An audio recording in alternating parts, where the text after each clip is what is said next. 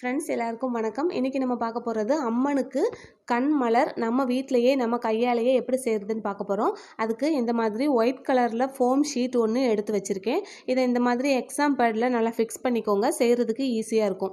அப்புறமா கண்ணோட கருவிழிக்காக இந்த மாதிரி blue colour dark blue colour பெரிய சைஸ் ஸ்டோன் 2 எடுத்து வச்சுருக்கேன்.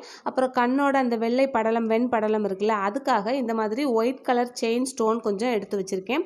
அப்புறமா ஐப்ரோ புருவத்துக்காக டார்க் க்ரீன் கலரில் குட்டி குட்டியாக இந்த மாதிரி ஸ்டோன் எடுத்து வச்சுருக்கேன். இதுக்கு செயின் ஸ்டோன் யூஸ் பண்ணால் சரியாக வராது, அதனால தான் இந்த மாதிரி ஸ்டோன்.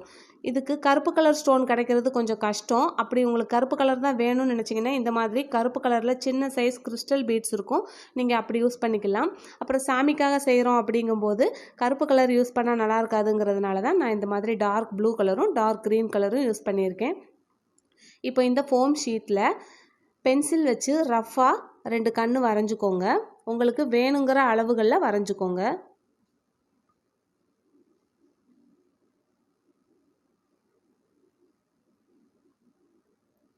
இந்த மாதிரி வரைஞ்சி வச்சாச்சு. இப்போது இந்த நடுவில் இருக்கிற கருவிழி மேலே ஒயிட் கலர் க்ளூ இருக்குல்ல, அதை அப்ளை பண்ணி அந்த பெரிய சைஸ் ப்ளூ கலர் ஸ்டோன் வந்து ஒட்டி வச்சிடுறேன்.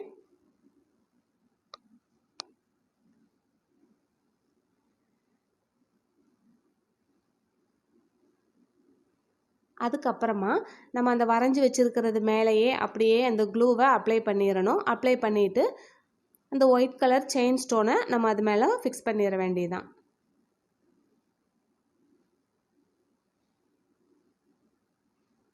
இப்போது இந்த செயின் ஸ்டோனை ஃபிக்ஸ் பண்ணும்போது நம்ம அப்படியே மொத்தமாக கண்டினியூஸாக வந்து ஃபிக்ஸ் பண்ண முடியாது.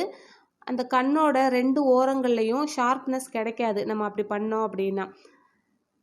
இப்போ பாருங்கள், இந்த மாதிரி ஒரு மாதிரி முழுக்கட்டின்னு தான் இருக்கும். அதனால என்ன பண்ணணும் அப்படின்னா, நம்ம ஃபஸ்ட்டு வந்து அளந்து கட் பண்ணிக்கணும். கட் பண்ணிவிட்டு நம்ம ஃபஸ்ட்டு கட் பண்ண அந்த சின்ன செயினில் எத்தனை ஸ்டோன் இருக்குதுன்னு எண்ணிக்கோங்க.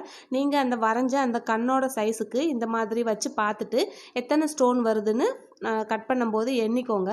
அதே அளவில் அடுத்தடுத்த செயினை நீங்கள் கட் பண்ணிக்கலாம். இப்போ நான் கட் பண்ணதில் வந்து ஒரு 10 ஸ்டோன் இருக்குது. அப்போ அடுத்து கட் பண்ணும்போது அதே மாதிரி ஒரு 10 ஸ்டோன் வர்ற மாதிரி அந்த செயினை சின்னதாக கட் பண்ணிக்கிறேன். கட் பண்ணிவிட்டு அதே மாதிரியே அந்த க்ளூ தடவின இடத்துல நான் ஒட்டிட்டேன். இதே மாதிரியே 2 கண்ணையும் ஒட்டிடலாம். இது வந்து ஃபஸ்ட்டு வரிசை வந்து ஒட்டிட்டேன். இப்போ நடுவில் இன்னும் கொஞ்சம் வெள்ளையாக இடம் இருக்குல்ல, அந்த இடத்துலையும் இன்னொரு வரிசை ஒட்டிடலாம். இதே மாதிரி 2 கண்ணுக்கும் ஒட்டிடலாம். இப்போ நம்ம ஏதாவது அம்மனுக்கு நேர்த்தி கடன் வச்சுருப்போம், ஏதாவது சாமிக்கு நேர்த்தி கடன் வச்சுருப்போம், கண்மலர் வாங்கி செலுத்துகிறோம் அப்படின்னு. அதுக்கு நம்ம அந்த தகடாட்டம் வந்து கடையில் விற்பாங்க. அந்த மாதிரி வாங்குறத காட்டிலும் இந்த மாதிரி நம்ம வீட்டிலையே செஞ்சு நம்ம கண்மலரை அம்மனுக்கோ இல்லை மற்ற எந்த சாமிக்கோ கொடுத்தோம் அப்படின்னா, ஒரு நல்ல நாள் விசேஷங்களில் நம்ம செஞ்சு கொடுத்த அந்த கண்மலர் இந்த மாதிரி ஸ்டோன் வச்சு கொஞ்சம் ரிச்சாக இருக்குல்ல, அப்படிங்கும்போது ஒரு திருவிழா ஏதாவது விசேஷம் அப்படின்னா இதை தான் வைப்பாங்க. அதனால இந்த மாதிரி செஞ்சு கொடுத்தோம் அப்படின்னா அது கொஞ்சம் நல்லாயிருக்கும். அதுக்காக தான் இந்த மாதிரி செஞ்சுக்கிறது. அப்புறமா நம்ம வீட்டில் வரலட்சுமி பூஜைக்கு சாமி கும்பிடும்போது அந்த கலசத்தில் கூட இந்த மாதிரி நம்ம வச்சுக்கலாம். கடையில் வாங்குறத விட நம்மளே இந்த மாதிரி செஞ்சு வச்சுக்கலாம். அது பார்க்குறதுக்கும் ரொம்ப அழகாக இருக்கும். நம்ம கையாலேயே நம்ம செய்கிறோம் அப்படிங்கும்போது அது இன்னும் கொஞ்சம் ஸ்பெஷலாக இருக்கும். இப்போ இந்த மாதிரி நல்லா ஒட்டியாச்சு. இது நம்ம இந்த ஃபோம் ஷீட்டில் இந்த ஃபெவிகால் நல்லா ஒட்டிக்குது. இது நார்மல் ஒயிட் க்ளூ தான், நல்லா ஒட்டிக்குது. இப்போ நீங்கள் அந்த அடுத்தடுத்த செயின் ஸ்டோன் கட் பண்ணும்போது அந்த நம்ம முதல்ல கட் பண்ண அந்த ஸ்டோன் நம்பரை மறந்துடாதீங்க.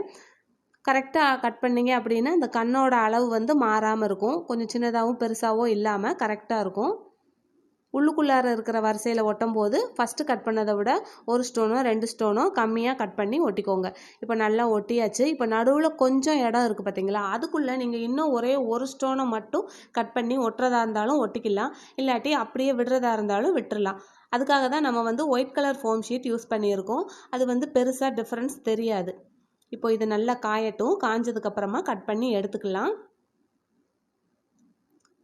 இது காயறதுக்குள்ளே நம்ம போய் புருவம் செஞ்சுட்டு வந்துடலாம்.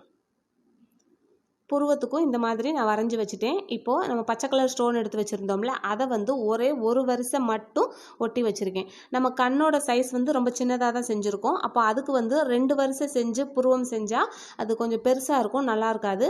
அதனால ஒரே ஒரு வரிசை மட்டும் ஸ்டோன் ஒட்டியிருக்கேன். அது பார்க்குறதுக்கு இந்த கண்ணோட சைஸுக்கு அளவாக கரெக்டாக இருக்குது. இப்போ இதை வந்து நல்லா கட் பண்ணிக்கலாம். இந்த ஃபோம் ஷீட்டை மேல்புறத்தில் அந்த ஃபோம் ஷீட்டு தெரியாத அளவுக்கு நல்லா ட்ரிம் பண்ணி விட்டுருங்க. இந்த ஃபோம் ஷீட்டில் நம்ம கண்மலர் எதுக்காக செய்கிறோம் அப்படின்னா, இது வந்து நல்லா ஃப்ளெக்சிபிளாக இருக்கும். சுவாமி சிலையாக இருந்தாலும் சரி, கலசத்தில் வைக்கிறதா இருந்தாலும் சரி, நல்லா ஃப்ளெக்சிபிளாக இருக்கும். இந்த ஃபோம் ஷீட்டுக்கு பின்னாடி, இந்த கண்மலருக்கு பின்னாடி கொஞ்சம் சந்தனம் வச்சு நம்ம அப்படியே ஒட்டிக்கலாம். இப்போ இதே மாதிரியே இந்த புருவமும் நல்லா காஞ்சதுக்கு அப்புறமா கட் பண்ணி எடுத்துடலாம். இப்போ இதை நான் கையால் எடுத்து வளைச்சி காட்டுறேன் பாருங்கள். நல்லா வந்து ஃப்ளெக்சிபிளாக இருக்குது. நீங்கள் கோவிலுக்கு கொடுக்கும்போது சுவாமி சிலைக்கு அவங்க ஒட்டுறதா இருந்தாலும் கூட டேமேஜ் ஆகாமல் அவங்க ஈஸியாக ஒட்டிடுவாங்க. ரொம்ப ரொம்ப சூப்பரான ஒரு கண்மலர் நம்ம ரெடி பண்ணிட்டோம். உங்களுக்கு பிடிச்சிருந்தது அப்படின்னா நீங்களும் இந்த மாதிரி செஞ்சு வரலட்சுமி பூஜைக்குனாலும் சாமி கும்பிட்டுக்கலாம். அடுத்த வீடியோவில் பார்க்கலாம். தேங்க்யூ.